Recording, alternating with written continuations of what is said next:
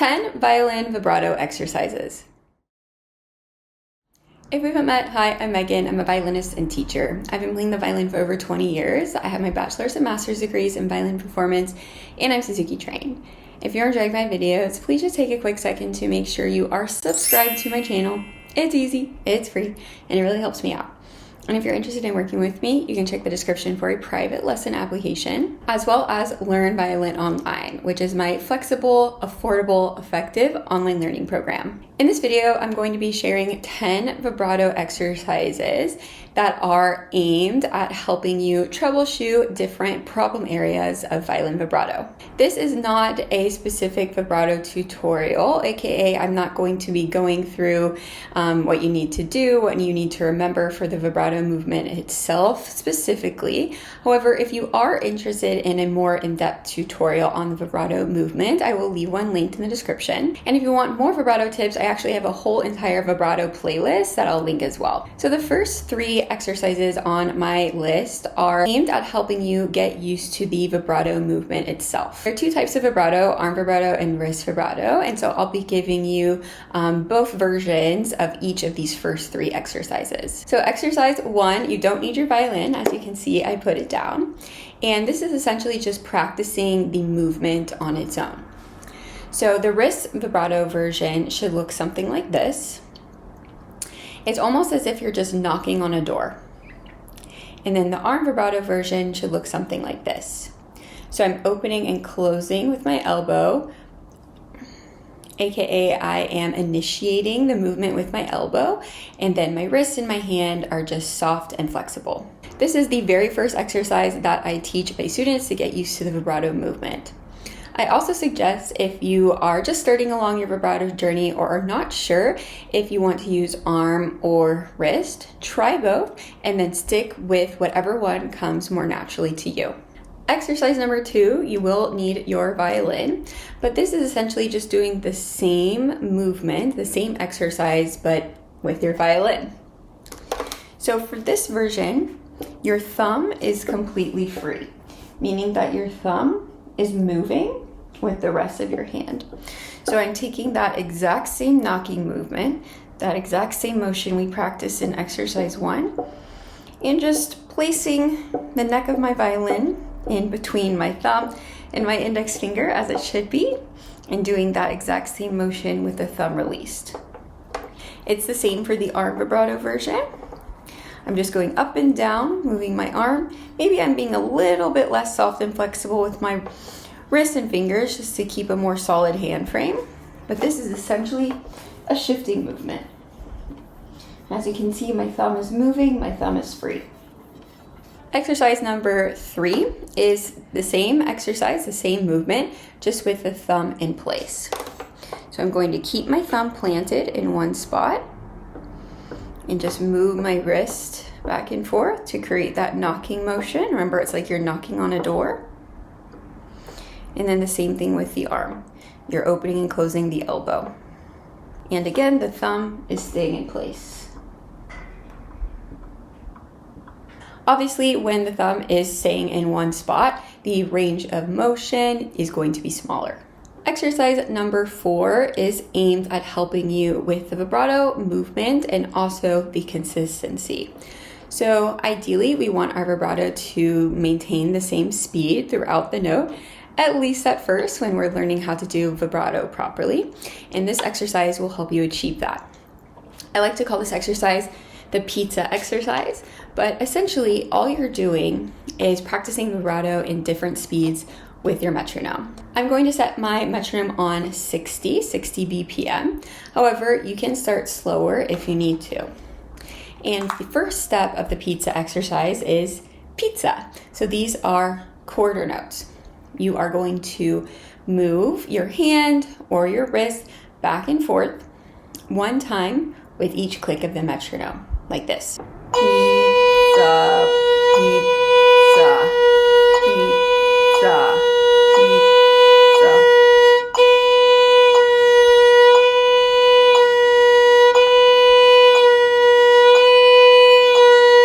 Step Step 2 of this exercise is pepperoni. So these are going to be eighth notes, meaning that you are going to move your hand twice within every click. Pepperoni, pepperoni, pepperoni, pepperoni.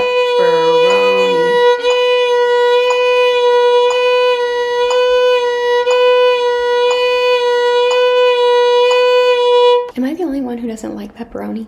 And also, pineapple does belong on pizza. Hot take. The final step of this exercise is going to be, I would like a slice of pizza. So these are 16 notes. So essentially, you're moving your hand back and forth 4 times with every click. I would like a slice of pizza. I would like a slice of pizza. Exercise number 5 is another hybrid exercise. So exercise 4, the pizza exercise, was meant to help you with the vibrato movement and also with the consistency, keeping it even. This exercise is meant to help you with speed as well as consistency, again, keeping it even. And this one is a very basic exercise, but it is always effective, and that is just gradually increasing your speed with the metronome.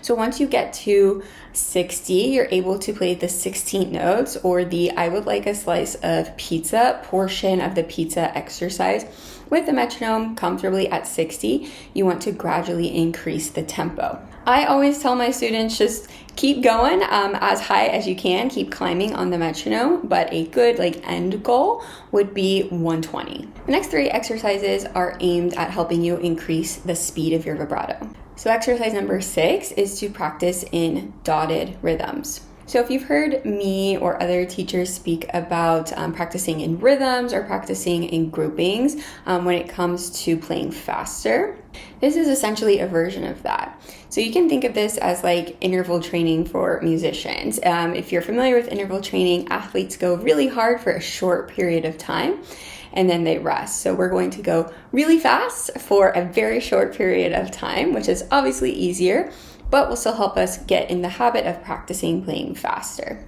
So for this exercise, you're essentially going to play dotted eighth notes followed by 16 notes with your vibrato with the metronome, like this.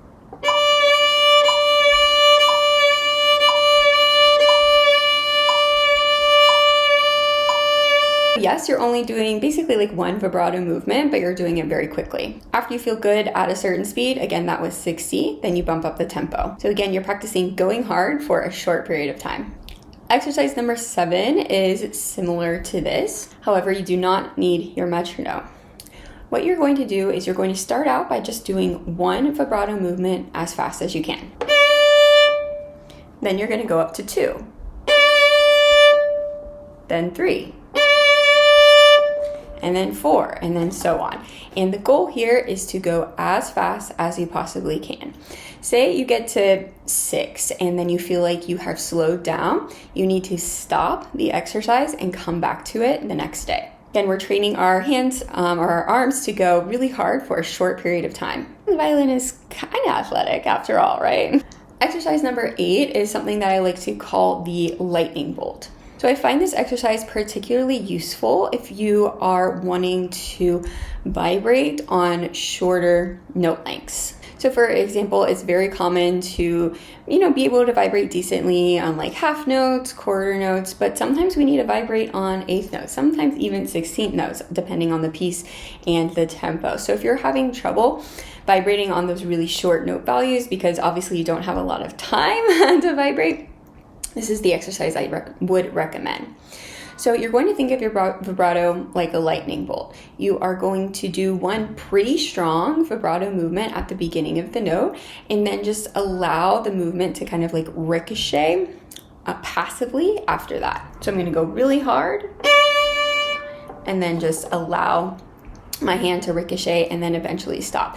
You can think of it like bouncing a ball, right? If you bounce a ball once, it's going to bounce a little bit, get less and less.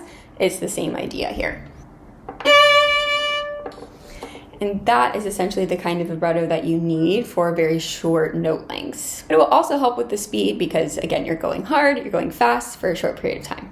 These last 2 exercises are aimed at helping you release tension when you vibrate.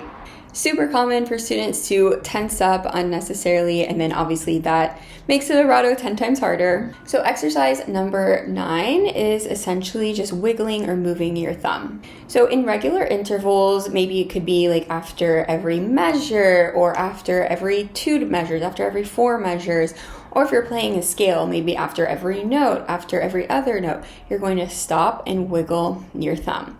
The idea behind this is it's virtually impossible to have your thumb squeezing on your instrument if it's mobile, if it's moving. However, like long of a period you want, long or short of a period you want, but essentially you play with the vibrato, you stop, wiggle, play, stop, wiggle, play, stop, wiggle, and so on. And exercise number 10 is aimed at helping you release tension in all areas of your hand, not just your thumb. So essentially you're going to use vibrato, play whatever passage or scale that you're playing, but you're going to do so with harmonic pressure, meaning that you are not going to press the string down into the fingerboard at all. You're just going to lightly lay your fingers on top of the string, and it's going to create a harmonic or ghost-like sound. Now the goal here is not to sound beautiful, obviously, but again, to release that tension and hopefully free up your vibrato. So now you have 10 vibrato exercises that you can add to your practice toolkit. Leave a comment and let me know what you find hardest about vibrato and which exercise has helped you the most. Thank you so much for watching, and please make sure you subscribe before you go.